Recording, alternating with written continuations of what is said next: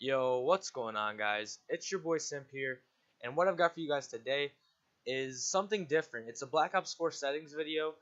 I know you guys are typically used to seeing high standard gameplays, high kill gameplays, but per request of a viewer in the last video, so I've decided to kind of talk about my Black Ops 4 settings, go over them a little bit with you guys.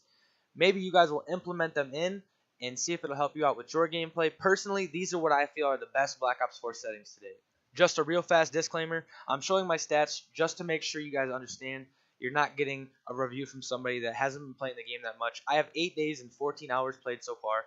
I'm level 200, so you're getting a review from somebody that has grinded this game for a minute. There's my leaderboard stats. Hopefully that makes you a little bit more comfortable in listening to me. Alright, so let's jump into the first settings that I want to talk about, which is the control settings.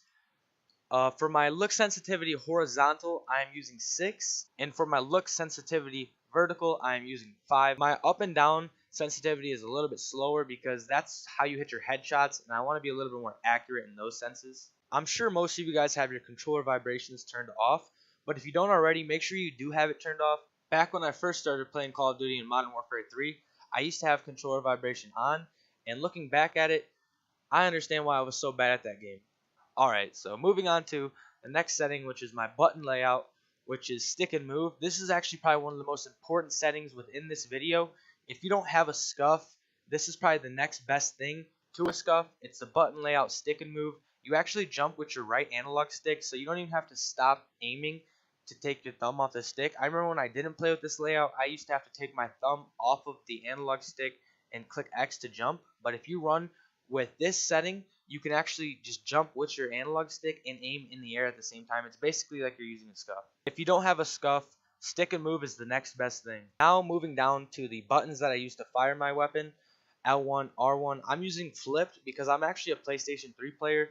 I'm just used to using the top triggers as my buttons. Really, this setting is just personal preference, and for me, I like having the top ones as my triggers. It's just completely up to you. I know what you're thinking. You're thinking, how can brightness help me in Call of Duty? For me personally, brightness has helped me in Call of Duty just seeing characters' skins better because some maps can be dark and if they're camping, it's harder to see them. So just turn that brightness up if you're having that issue.